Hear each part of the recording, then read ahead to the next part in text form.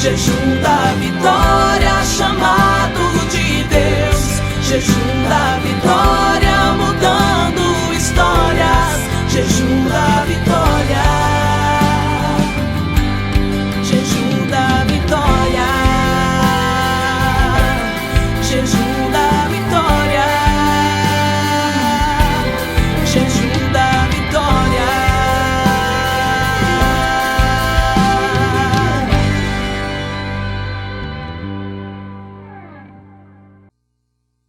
Boa noite, irmãos. Paz seja convosco.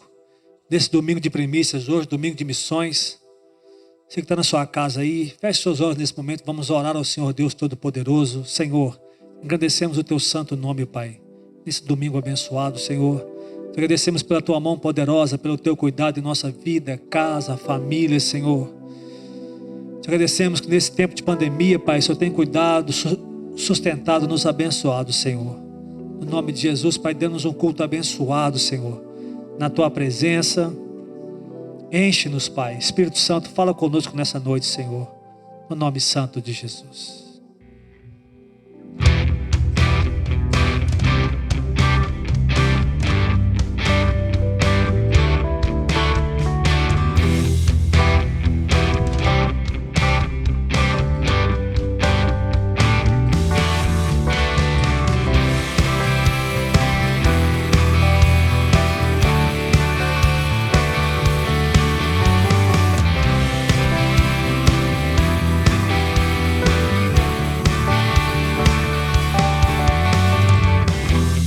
Nada vai me separar,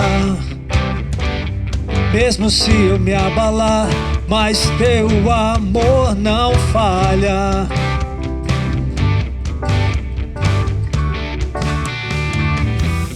Mesmo sem merecer, Sua graça se derrama sobre mim, mas Teu amor não falha.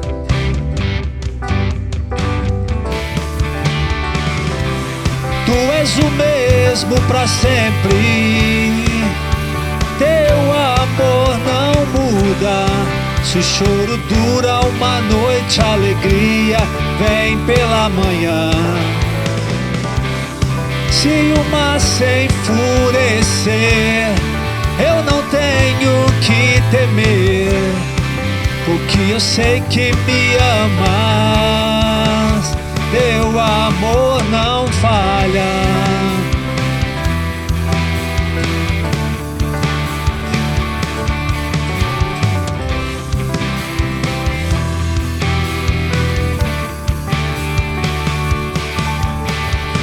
Se o vento é forte e profundo o mar, Tua presença vem me amparar, mas Teu amor não falha.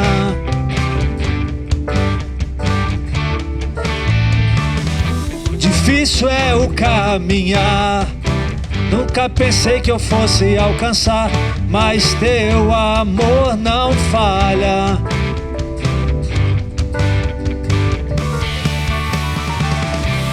Tu és o mesmo para sempre, Teu amor não muda. Se o choro dura uma noite, a alegria vem pela manhã.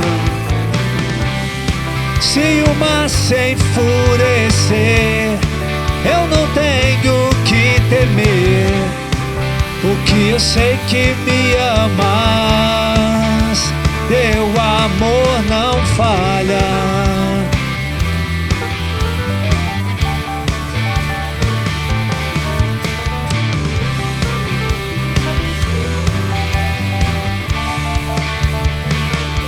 Tu fazes que tudo coopere para o meu bem.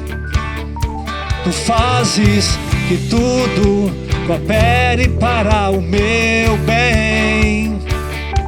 Tu fazes que tudo coopere para o meu bem. Tu fazes que tudo coopere para o meu bem. Tu és o mesmo para sempre, Teu amor não muda. Se o choro dura uma noite, a alegria vem pela manhã. Se o mar se enfurecer, eu não tenho que temer, porque eu sei que me amas. Teu amor não falha. Teu amor não falha. Teu amor não falha.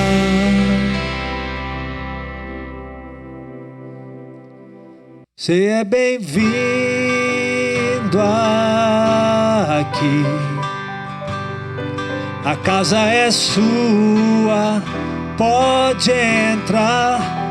Me esvazio de mim, me esvazio de mim. Sopra teu vento aqui, toma teu trono, vem reinar. Nós queremos te ouvir. Ouvir tua voz, Senhor. Nós queremos te ouvir.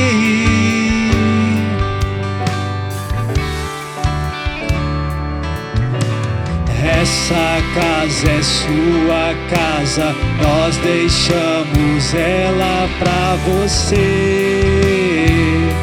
Jesus. Essa casa é sua casa, nós deixamos ela pra você, Jesus. Essa casa é sua casa, nós deixamos ela pra você, Jesus.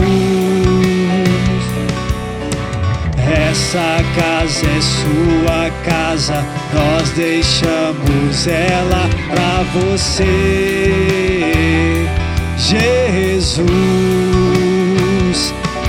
Apareça, que seu nome cresça, enche este lugar, enche este lugar. Apareça, que o seu nome cresça, vem me incendiar, vem me incendiar. Apareça, apareça, que o seu nome cresça, enche este lugar, enche este lugar. Apareça, que o seu nome cresça, vem me incendiar, vem me incendiar.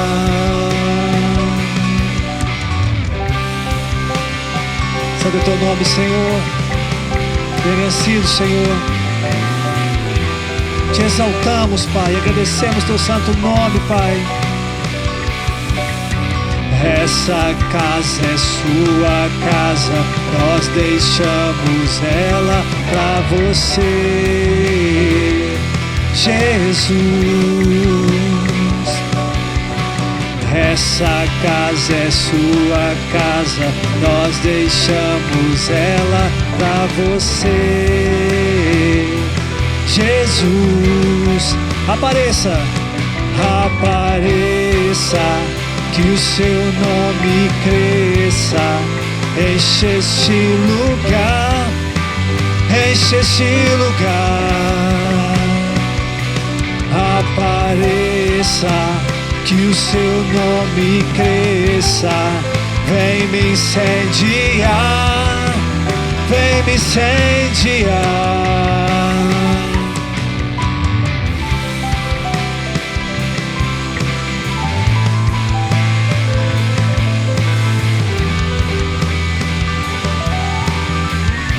Enche nossas vidas, Senhor.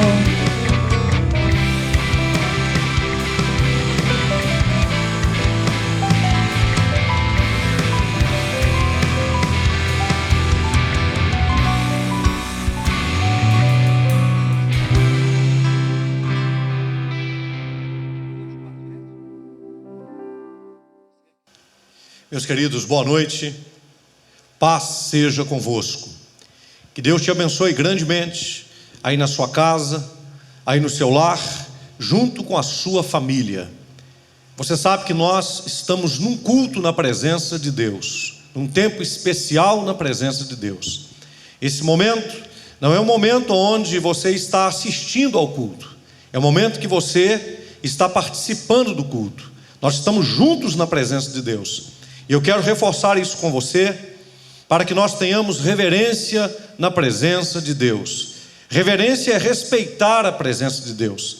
Não é pelo fato de você não estar presencialmente aqui conosco na igreja, que te dá o direito, ou que nos dá o direito, de nós termos relapsos na nossa responsabilidade com Deus. Esse é o momento de nós estarmos ouvindo a palavra de Deus, adorando a Deus, glorificando o Senhor. Então nós temos que fazer isso com temor e com tremor na presença de Deus. Já deve estar aparecendo aí na sua tela o número da nossa conta bancária, o número do nosso Pix, para que você possa fazer as consagrações de dízimo, de ofertas missionárias. A nossa fidelidade com Deus é inegociável. O propósito hoje é domingo de missões, e a obra de Deus não pode parar. As missões não podem parar, o avanço do Evangelho não pode parar, e para isso, cada um de nós, Deus nos deu esse privilégio de contribuir com a sua obra. Você sabe que quando você devolve o dízimo, quando você devolve a oferta, quando você faz uma oferta missionária, tudo isso é revertido para o andamento e para o crescimento da obra de Deus. Missionários são mantidos, lugares aonde eu e você não podemos ir, não podemos chegar, missionários são enviados. Nós não podemos ir, mas nós podemos enviar, sustentar esses missionários.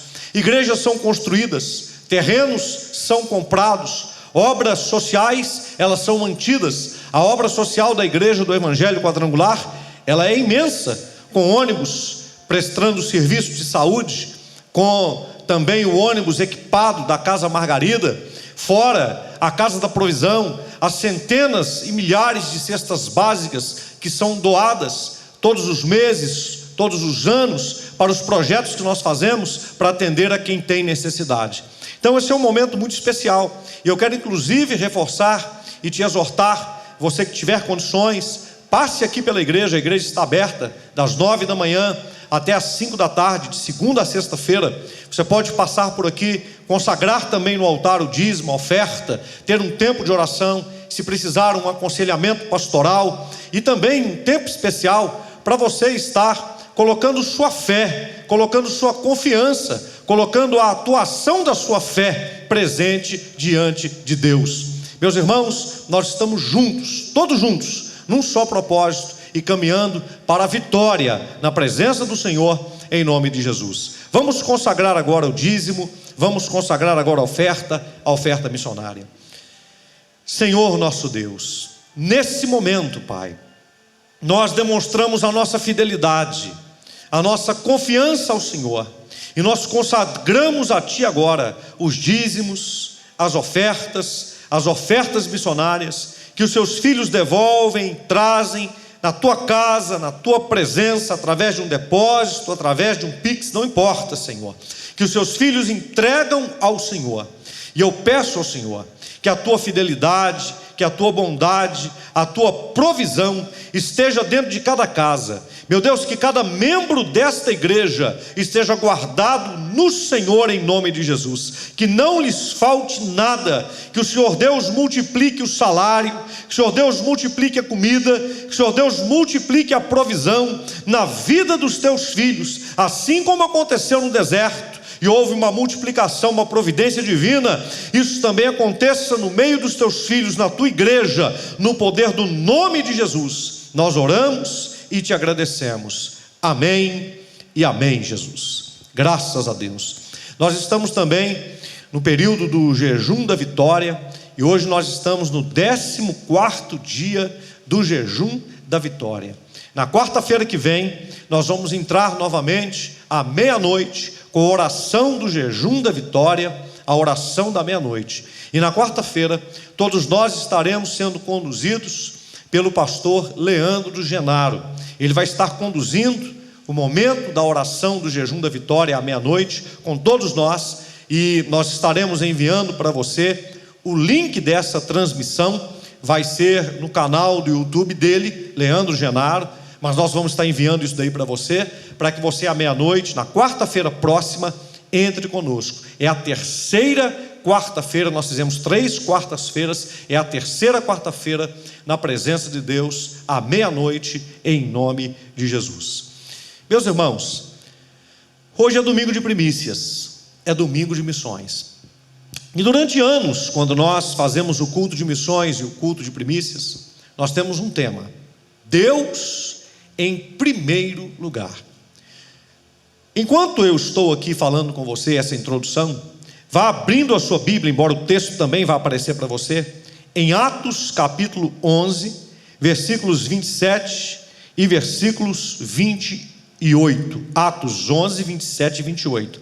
Logo depois, no meio da mensagem, nós vamos ver o texto também de Atos, capítulo 21, versículos 10 ao versículo 12. Versículos 10 ao versículo 12. Mas quando nós falamos de Deus em primeiro lugar, isso não quer dizer que nós vamos pegar as outras coisas que são importantes da nossa vida e vamos jogá-las fora. Não é isso. Deus em primeiro lugar significa que antes de qualquer coisa, nós entronizamos o Senhor. Antes de qualquer coisa, nós colocamos Deus como nossa prioridade. Nós não deixamos Deus, a obra de Deus, a nossa fé, o nosso compromisso em segundo plano. É isso que quer dizer Deus em primeiro lugar. Quem coloca Deus em primeiro lugar não se desespera, porque sabe que Deus está no controle de tudo. A mensagem de hoje, ela tem um título: Você está pronto? Você está pronto? Você está preparado? Muito bem, vamos ao texto.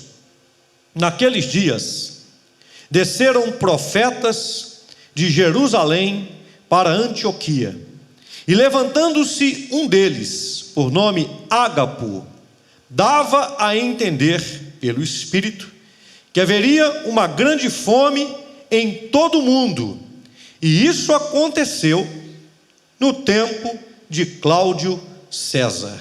Senhor nosso Deus, essa é a sua santa palavra. Nós te pedimos, fala conosco em nome de Jesus. Amém.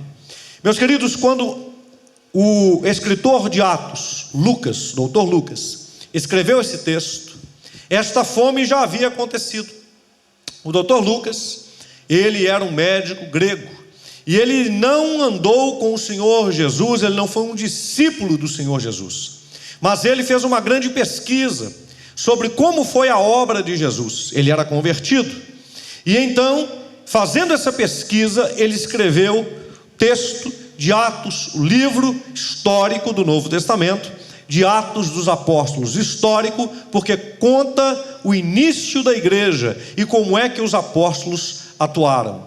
E Lucas, com certeza, ele passou por esse tempo em que houve esta fome por toda a terra, e que foi profetizada no ano 45 depois de Cristo. Como é que a gente sabe que o Lucas passou por isso, que quando ele escreveu já havia acontecido? Primeiro, pelo próprio texto. Segundo, pela data em que ele escreveu Atos dos Apóstolos. Esta fome, esse tempo difícil, aconteceu no ano 45. O livro foi escrito no ano 70.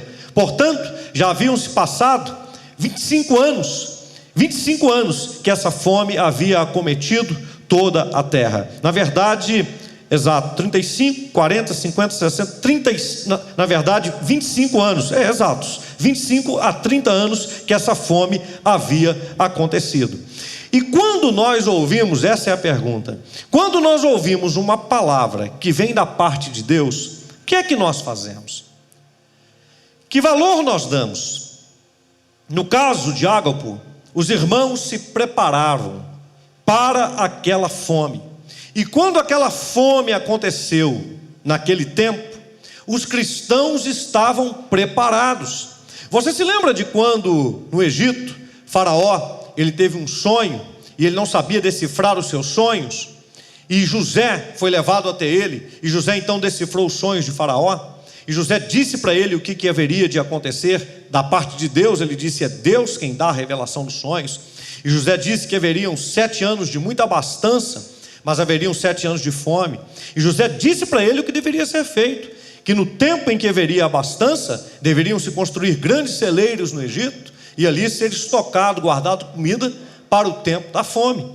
Aqui agora, no Novo Testamento, esse profeta Ágapo também fala de um tempo de fome que iria acontecer.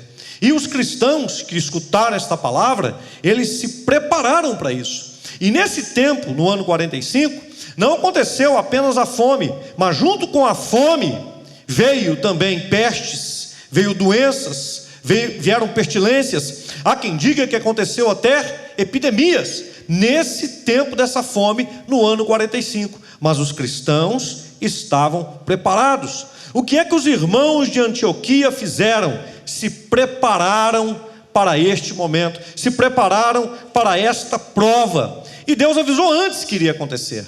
Deus avisou antes. Veja o que nos diz Tiago, no capítulo 1, do verso 2 ao verso 6. Meus irmãos, tende grande gozo quando cairdes em várias tentações, sabendo que a prova da vossa fé produz a paciência. Tenha, porém, a paciência a sua obra perfeita, para que sejais perfeitos e completos, sem faltar em coisa alguma. E se algum de vós tem falta de sabedoria, peça a Deus, que a todos dá liberalmente, e não o lança em rosto, e ser-lhe-á dada. Peça-a, porém, com fé, não duvidando, porque o que duvida é semelhante à onda do mar, que é levada pelo vento e lançada de uma para outra parte. Quando nós somos provados, quando nós passamos por provas, por lutas, por tentações, e Deus as permite, não existe um homem na Bíblia que não tenha sido provado. Não existe um homem registrado nas Escrituras que andou com Deus que não tenha sido provado, que não tenha sido tentado. Todos foram. O Senhor Jesus foi tentado logo após ser batizado, foi levado pelo Espírito Santo ao deserto, a fim, diz o texto, de ser tentado pelo diabo. Então, meus irmãos, não há como fugir da tentação, mas há como na tentação andar livre, porque junto com a tentação, Deus ele dá uma porta de escape. Junto com a prova, Deus dá uma saída. Esse momento que nós vivemos é um momento de prova, é um momento de luta, mas é um momento, meus queridos, que o registro das Escrituras Sagradas já havia nos orientado sobre esses tempos difíceis. Ora, quantas vezes você ouviu pregações falando a respeito do final dos tempos, e ouvindo a respeito de fome, de pestes, de doenças, de terremotos, de enfermidades. Interessante que quando Jesus falou a respeito do tempo do fim, Israel não havia experimentado terremotos, não era uma coisa comum naquele tempo, não havia experimentado maremotos, não havia experimentado tufões, esse tipo de coisa. Você não vê relatos bíblicos a respeito dessas coisas. Mas nesse tempo que nós vivemos agora, quantos terremotos são registrados? Quantos maremotos? Quantos tufões, ventanias são registrados? Tudo isso já está nas Escrituras. E um tempo com epidemias também faz parte do texto das Escrituras. Nós devemos saber que é um tempo de prova, sim. É um tempo de tentação, sim. É um tempo de luta, sim. Mas não é um tempo em que Deus nos deixou de lado. Deus continua conosco. E Ele tem nos falado. O que é que a gente precisa fazer? Nós precisamos estar preparados. E eu te pergunto, você está preparado? Você está pronto? Você está preparado? Escute, só tem uma maneira de se preparar, só uma forma: estando guardado no Senhor Jesus, estando debaixo do seu sangue, confiando no que diz as Sagradas Escrituras. Isso é ter Deus em primeiro lugar. Só se pode descansar quando nós confiamos no Senhor, quando nós mantemos a nossa fé e os nossos olhos postos no Senhor. E eu te pergunto, em algum outro nós podemos colocar a nossa fé? Em algum outro nós podemos depositar a nossa confiança? Eu te pergunto, Nós podemos correr para algum outro socorro que não seja o Senhor? O Senhor é o nosso socorro, o Senhor é o nosso escudo, o Senhor é a nossa fortaleza, nele nós colocamos a nossa confiança. Quando os irmãos ouviram a profecia de Ágapo, falando a respeito da fome, eles se prepararam. Quando nós ouvimos as Escrituras Sagradas, falando a respeito da volta do Senhor Jesus, do arrebatamento da igreja, da vida eterna com Deus, nós precisamos nos preparar. O mundo está clamando, está pedindo a cura. Deus, inclusive, já deu resposta e solução a respeito disso, com a questão das vacinas, e tem muita coisa envolvida aí nesse meio, tem muitos projetos aí nesse meio, uma batalha espiritual envolvida nesse meio. Você deve estar percebendo, tudo isso está acontecendo, irmãos, debaixo dos nossos olhos, as nossas barbas. Isso está acontecendo, meus irmãos, nós estamos vivendo os tempos proféticos palpáveis, nós estamos tocando na profecia bíblica, nós estamos tocando na letra das Escrituras, o tempo do fim está diante de nós. Agora, meus irmãos, o que eles fizeram? Se prepararam. O que nós temos que fazer? Nos preparar. O mundo pede a cura, Deus requer o conserto. Enquanto o mundo está clamando por cura, Deus está dizendo: conserte o caminho, acerte as coisas. E eu quero perguntar para você: você está pronto? Se o Senhor te chamar essa noite, você está pronto? Você está pronto? Porque como ninguém sabe o dia em que acontecerá o arrebatamento da igreja, como ninguém, só o Pai sabe o dia em que o Senhor Jesus virá, ninguém também sabe o dia em que irá. Nenhum de nós sabe. Você está pronto? Você está preparado? Nós não devemos ter medo, meus irmãos. Nós não devemos ter medo.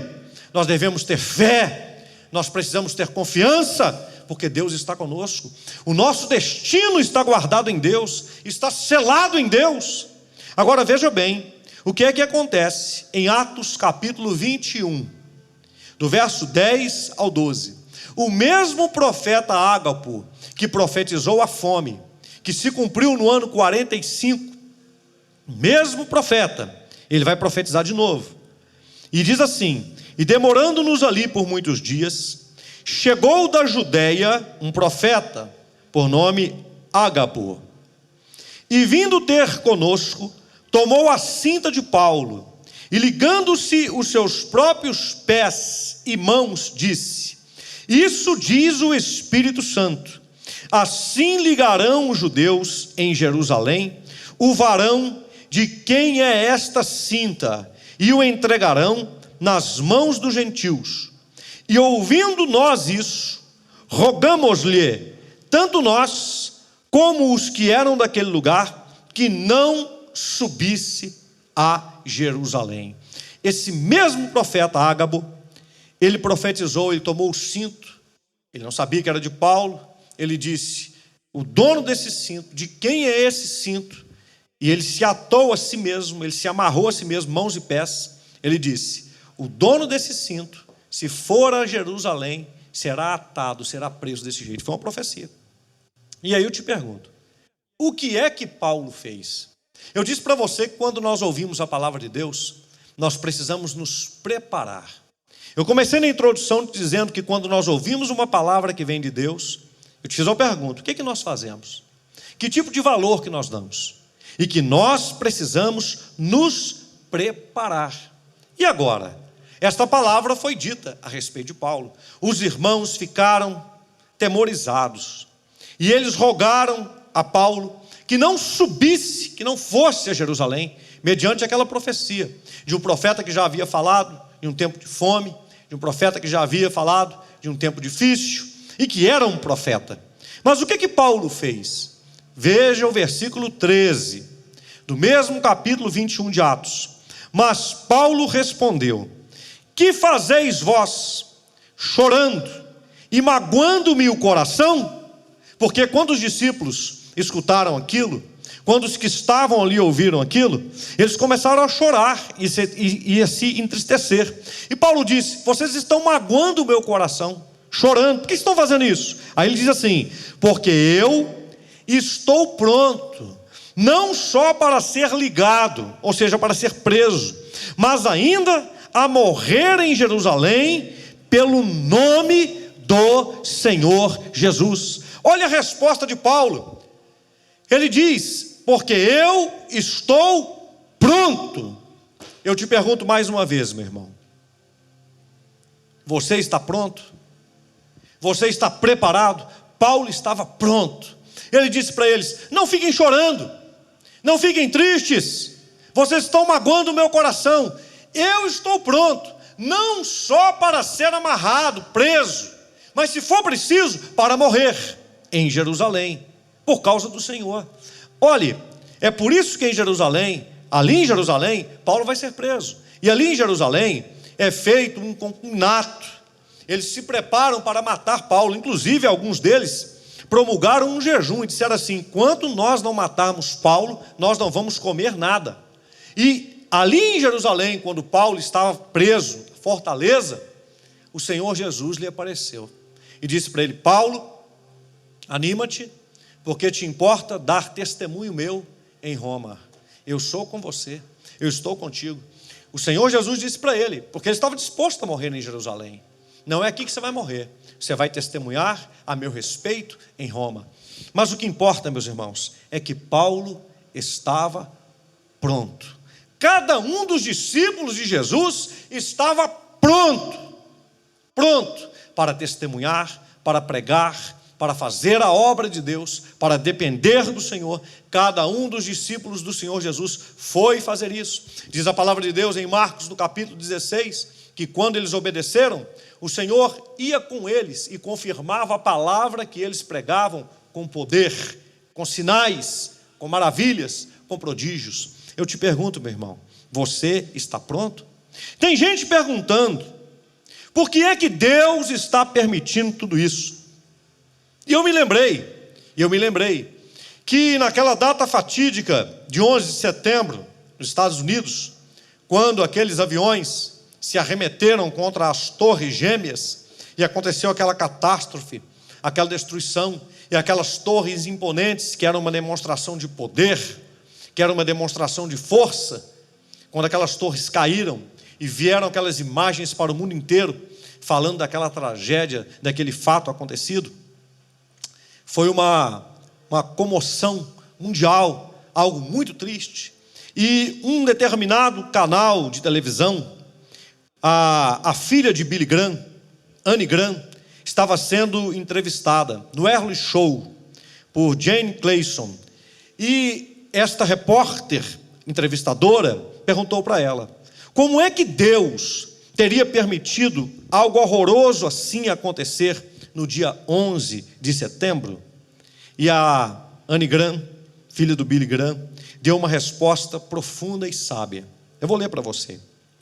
Ela disse assim: eu creio que Deus ficou profundamente triste com o que aconteceu, tanto quanto nós. Por muitos anos, nós temos dito para Deus não interferir em nossas escolhas, sair do nosso governo, sair das nossas vidas. Sendo um cavalheiro como Deus é, eu creio que Ele calmamente nos deixou. Como poderemos esperar que Deus nos dê a sua bênção e a sua proteção, se nós exigimos que Ele não se envolva mais conosco? Eu sei que há muita gente mandando e-mail a respeito de 11 de setembro de 2001, mas um atentado assim, como o ocorrido, realmente faz você pensar. Se você acha que não tem tempo, pelo menos passe os olhos nessa crônica, pois no fundo é algo sério para se pensar. À vista dos acontecimentos recentes, ataque dos terroristas, tiroteio nas escolas e etc. Eu creio que tudo começou desde que Madeleine Murray O'Haur, que foi assassinada e seu corpo encontrado recentemente, se queixou de que era impróprio se fazer oração nas escolas americanas, como se fazia tradicionalmente. E nós concordamos com a sua opinião. Depois disso, alguém disse que seria melhor também não ler mais a Bíblia nas escolas. A Bíblia que nos ensina que não devemos matar, não devemos roubar e devemos amar o nosso próximo como a nós próprios. E nós concordamos. Logo depois, o Dr. Benjamin Spock disse que não deveríamos bater em nossos filhos quando eles se comportassem mal, porque suas personalidades em formação ficariam distorcidas e poderíamos prejudicar a sua autoestima. E nós dissemos, um perito nesse assunto deve saber o que está falando. E então, concordamos com ele. Depois alguém disse que os professores e os diretores das escolas não deveriam disciplinar os nossos filhos quando eles se comportassem mal. Os administradores escolares então decidiram que nenhum professor em suas escolas deveria tocar em um aluno quando se comportasse mal, porque não queriam publicidade negativa e não queriam ser processados. Há uma grande diferença entre disciplinar e tocar, bater, dar soco, humilhar, chutar e etc. E nós concordamos com tudo. Aí alguém sugeriu que deveríamos deixar que os nossos filhos fizessem aborto, que as nossas filhas fizessem aborto, se elas assim o quisessem, e que nem precisariam contar aos pais. E nós aceitamos essa sugestão sem ao menos questioná-la. Em seguida, algum membro da mesa administrativa escolar, muito sabido, disse que como rapazes serão sempre rapazes, e que como homens iriam acabar fazendo o inevitável, que então deveríamos dar aos nossos filhos tantas camisinhas quantos eles quisessem, para que eles pudessem se divertir à vontade, e que nem precisaríamos dizer aos pais que eles as tivessem obtido na escola. E nós dissemos, está bem. Depois, alguns dos nossos oficiais eleitos mais importantes disseram que não teria importância alguma o que nós fizéssemos em nossa privacidade, desde que estivéssemos cumprindo com os nossos deveres. Concordando com eles, dissemos que para nós não faria qualquer diferença o que uma pessoa fizesse em particular, incluindo o nosso presidente da República, desde que o nosso emprego fosse mantido e a nossa economia ficasse equilibrada. Então alguém sugeriu que imprimíssemos revistas com fotografias de mulheres nuas e disséssemos que isso é uma coisa sadia e uma apreciação natural da beleza do corpo feminino. E nós concordamos. Depois uma outra pessoa levou isso um passo mais adiante e publicou fotos de crianças nuas e foi mais além ainda, colocando-as à disposição na internet. E nós dissemos, está bem, isso é democracia, eles têm o direito de ter a liberdade de se expressar e fazer isso. A indústria de entretenimento então disse, vamos fazer shows de TV e filmes que promovam profanação, violência e sexo ilícito. Vamos gravar música que estimule o estupro, drogas, assassínio, suicídio e temas satânicos. E nós dissemos, isso é apenas diversão e não produz qualquer efeito prejudicial. Ninguém leva isso a sério mesmo. Então, que façam isso. Agora, nós estamos nos perguntando, por que os nossos filhos não têm consciência? Por que não sabem distinguir entre o bem e o mal, o certo e o errado? Por que não lhes incomoda matar pessoas estranhas, ou seus próprios colegas de classe, ou a si próprios? Provavelmente, se nós analisarmos tudo isso seriamente, iremos facilmente compreender. Nós colhemos exatamente aquilo que semeamos. Uma menina escreveu um bilhetinho para Deus dizendo, Senhor, por que não salvaste aquela criança na escola? A resposta dele seria, querida criança, não me deixam entrar nas escolas do seu Deus. É triste como as pessoas simplesmente culpam Deus e não entendem porque o mundo está indo a passos largos para o inferno. É triste como crentes em tudo que os jornais e a TV dizem, mas duvidamos. É triste como cremos em tudo que os jornais e a TV dizem, mas duvidamos do que a Bíblia nos diz. É triste como todo mundo quer ir para o céu, desde que não precise crer nem em pensar ou dizer qualquer coisa que a Bíblia ensina. É triste como alguém diz: eu creio em Deus, mas ainda assim segue a Satanás, que por sinal também crê em Deus. É engraçado como somos rápidos para julgar, mas não queremos ser julgados.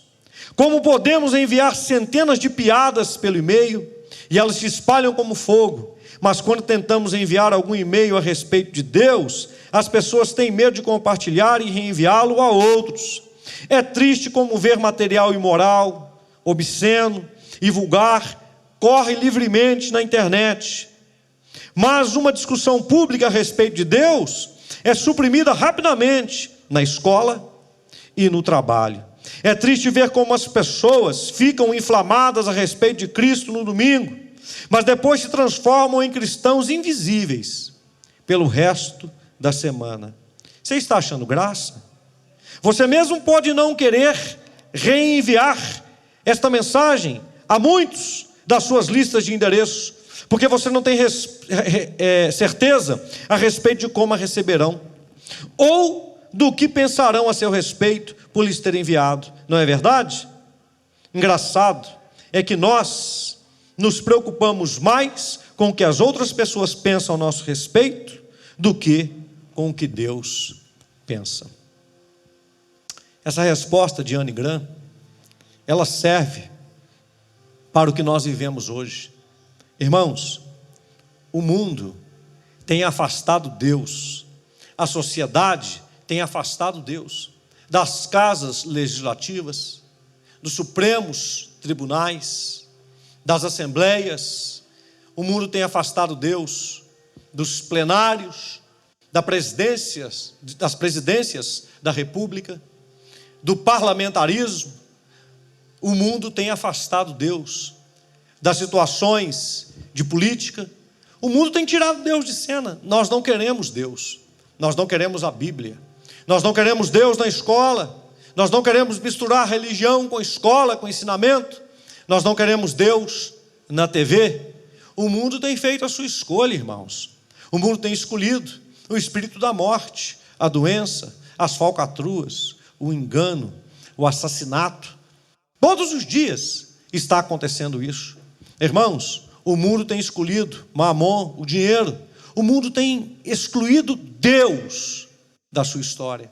E quando alguma coisa começa a acontecer, justamente porque Deus está sendo colocado de lado, as pessoas correm para Deus, não para reconhecer os seus pecados, não para se humilhar, não para se arrepender, não para pensar na mudança de vida que tem que fazer pessoalmente, não para entregar a vida para receber Jesus.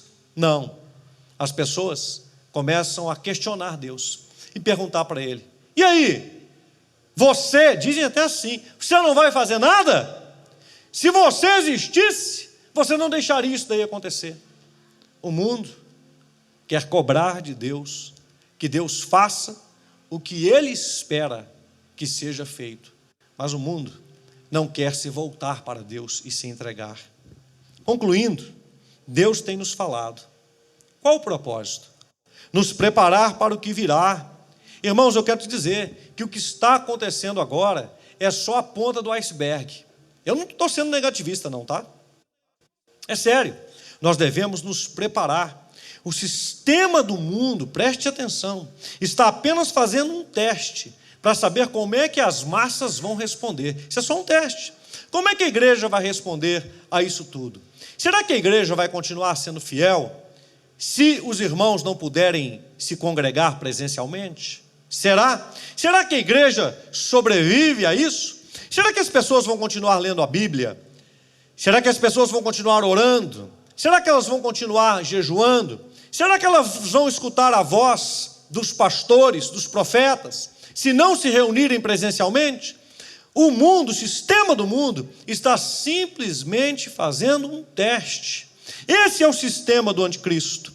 Você se lembra quando os reis, aqueles magos do Oriente, eles foram até Jerusalém e eles anunciaram e falaram a respeito que estavam seguindo a estrela que anunciava o nascimento de Jesus? e que Herodes então consultou os seus profetas, dizendo sobre a época que ele deveria nascer e onde ele deveria nascer. E quando os escribas, né, eles observaram ali, disseram: olha, ele há de nascer em Belém, é assim mesmo a história e tal. E o Herodes disse assim: olha, vão vocês, adorem o menino, e depois que vocês fizerem isso, voltem e dê para mim o endereço de onde ele está, para que eu vá e o adore. E o Senhor os preveniu, dizendo para não voltarem. Por quê? O que Herodes mandou fazer? Daqui a pouco ele mandou matar todas as crianças de 2 anos para baixo. Agora quero dizer, preste atenção, Herodes era rei. Herodes era rei. Ele estava governando. Mesmo eles sendo escravos romanos, Roma permitia que eles continuassem tendo todo o seu sistema religioso e permitindo que eles tivessem o seu rei.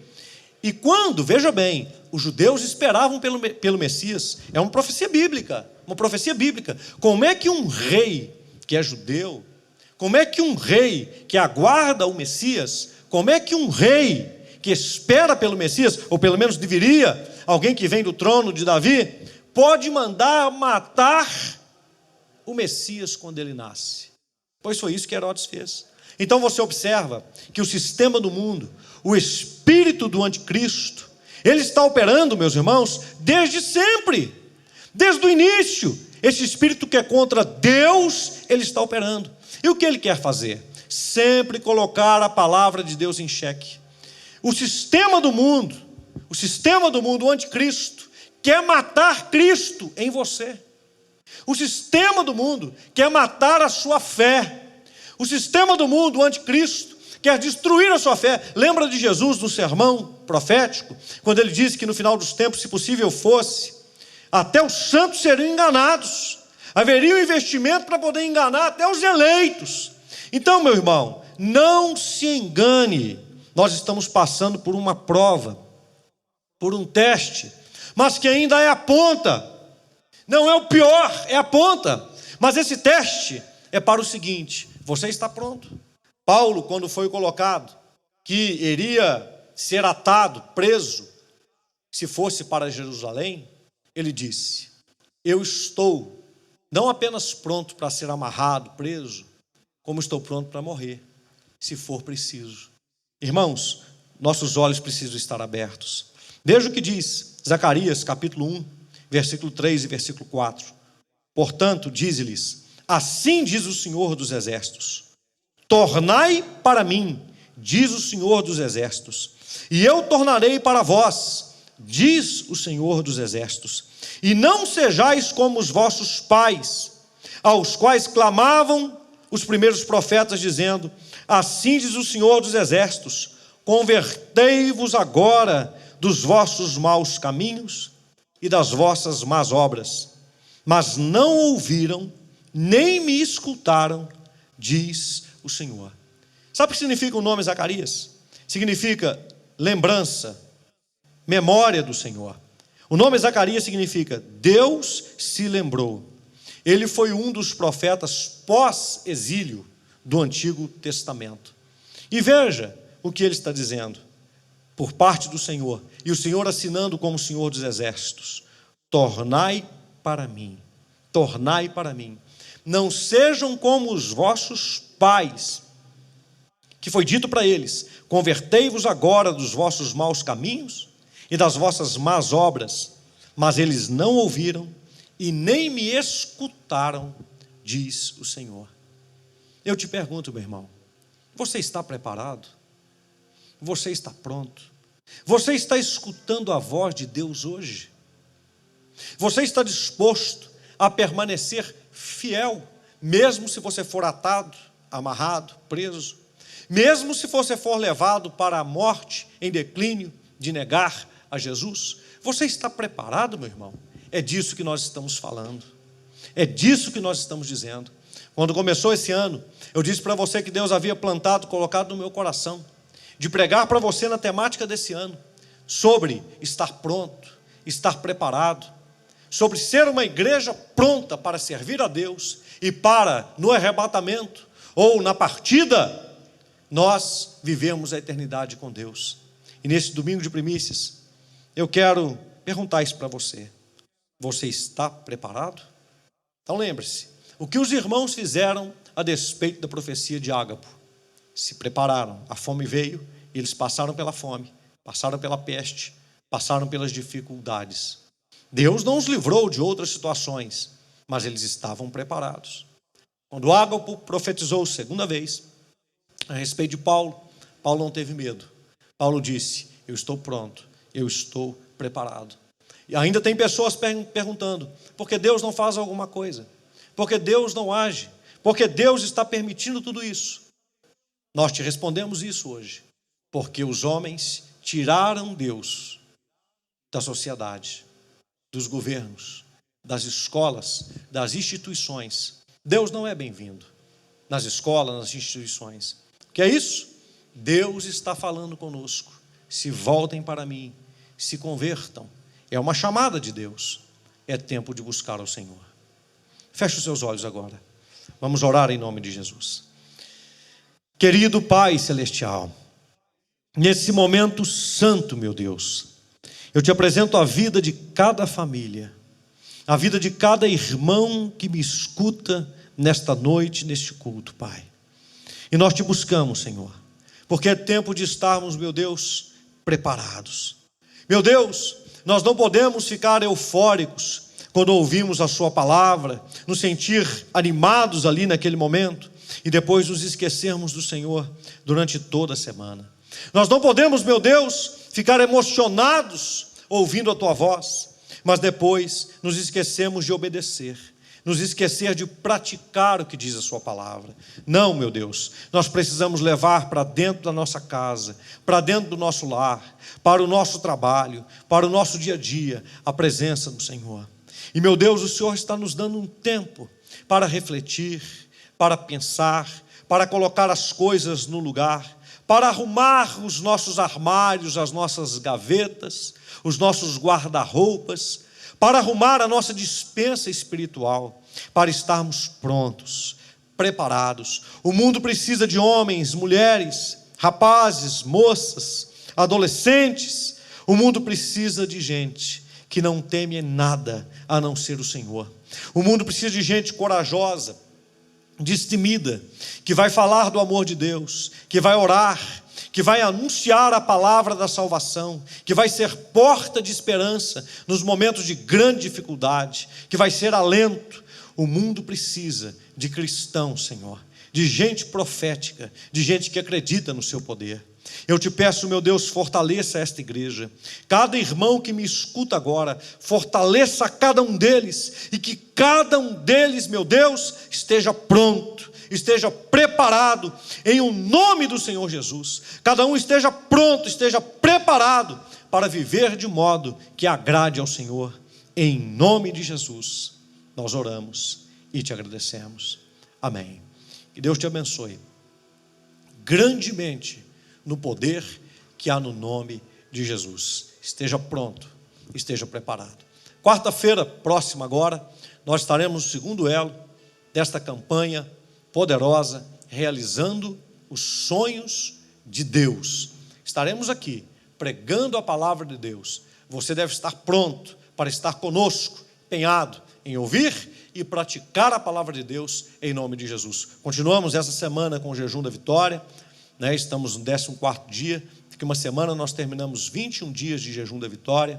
Domingo, no dia 25, é o dia que nós havíamos marcado para realizar o batismo.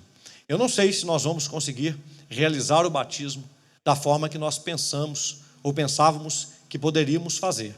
Mas você que está com seu coração pronto, você que está com a sua vida pronta para ser batizado, dê um alô para nós, mande um zap para nós, ligue aqui para a igreja, 3643-2995, deixe o seu nome aqui, registrado para nós, para que você seja batizado, mesmo que não seja agora, mas para que você seja batizado na presença de Deus, em nome do Senhor Jesus. Amém? Graças a Deus. Vamos agradecer ao Senhor por esse domingo, por esta noite. Pai Celestial, nós te agradecemos, Pai, por esse culto, por esse domingo, por esse tempo missionário. Oramos pelo Brasil, por Minas Gerais, por Belo Horizonte. Oramos, meu Deus, para que o Senhor seja entronizado nos poderes dessa nação. Oramos para que o seu nome seja respeitado e temido, meu Deus, na presidência da República, no Senado, na Câmara dos Deputados, nas Assembleias Legislativas, no Supremo Tribunal e nos Supremos Tribunais também, de instâncias diferenciadas em cada estado. Oramos para que o nome de Jesus seja reverenciado. Oramos para que a nossa nação tenha Deus como Senhor, tenha Jesus como Senhor. Oramos pelos nossos líderes, o pastor Mário de Oliveira, o pastor Antônio Genaro. Oramos pelo pastor Leandro, oramos pelo pastor Stefano, oramos pelo pastor Altair, pelo pastor Itamar, oramos por toda a nossa liderança, pedimos que o Senhor os cubra com o poder do sangue de Jesus. Oramos, meu Deus, por todos os que estão investidos de poder, que haja temor e tremor do Senhor na vida de quem exerce liderança, e que o Senhor Deus, a Tua palavra esteja nas escolas, a Tua palavra esteja, meu Deus, nas empresas, nas universidades, nas indústrias, esteja em todos os setores da sociedade, e o Senhor não seja convidado a nos deixar, mas que o Senhor seja clamado para estar conosco, em nome de Jesus. Agora, meu Deus, nós nos despedimos com a Tua bênção, que o grande amor de Deus o Pai, a graça de Jesus o Filho e a comunhão com o Espírito Santo seja com todos hoje e sempre, no nome de Jesus, amém. Deus abençoe todos vocês, fiquem em paz, em nome de Jesus.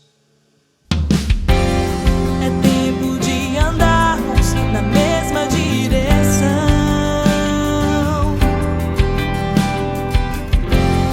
É tempo de ser um com meu irmão. É tempo de vencermos as batalhas com o poder da nossa fé, de fé em fé, de glória em glória. Jejum da vitória, projeto dos céus. Jejum da vitória, chamado de Deus. Jejum da vitória, mudando histórias. Jejum da vitória. Jejum da vitória, projeto dos céus. Jejum da vitória, chamado de Deus. Jejum da vitória.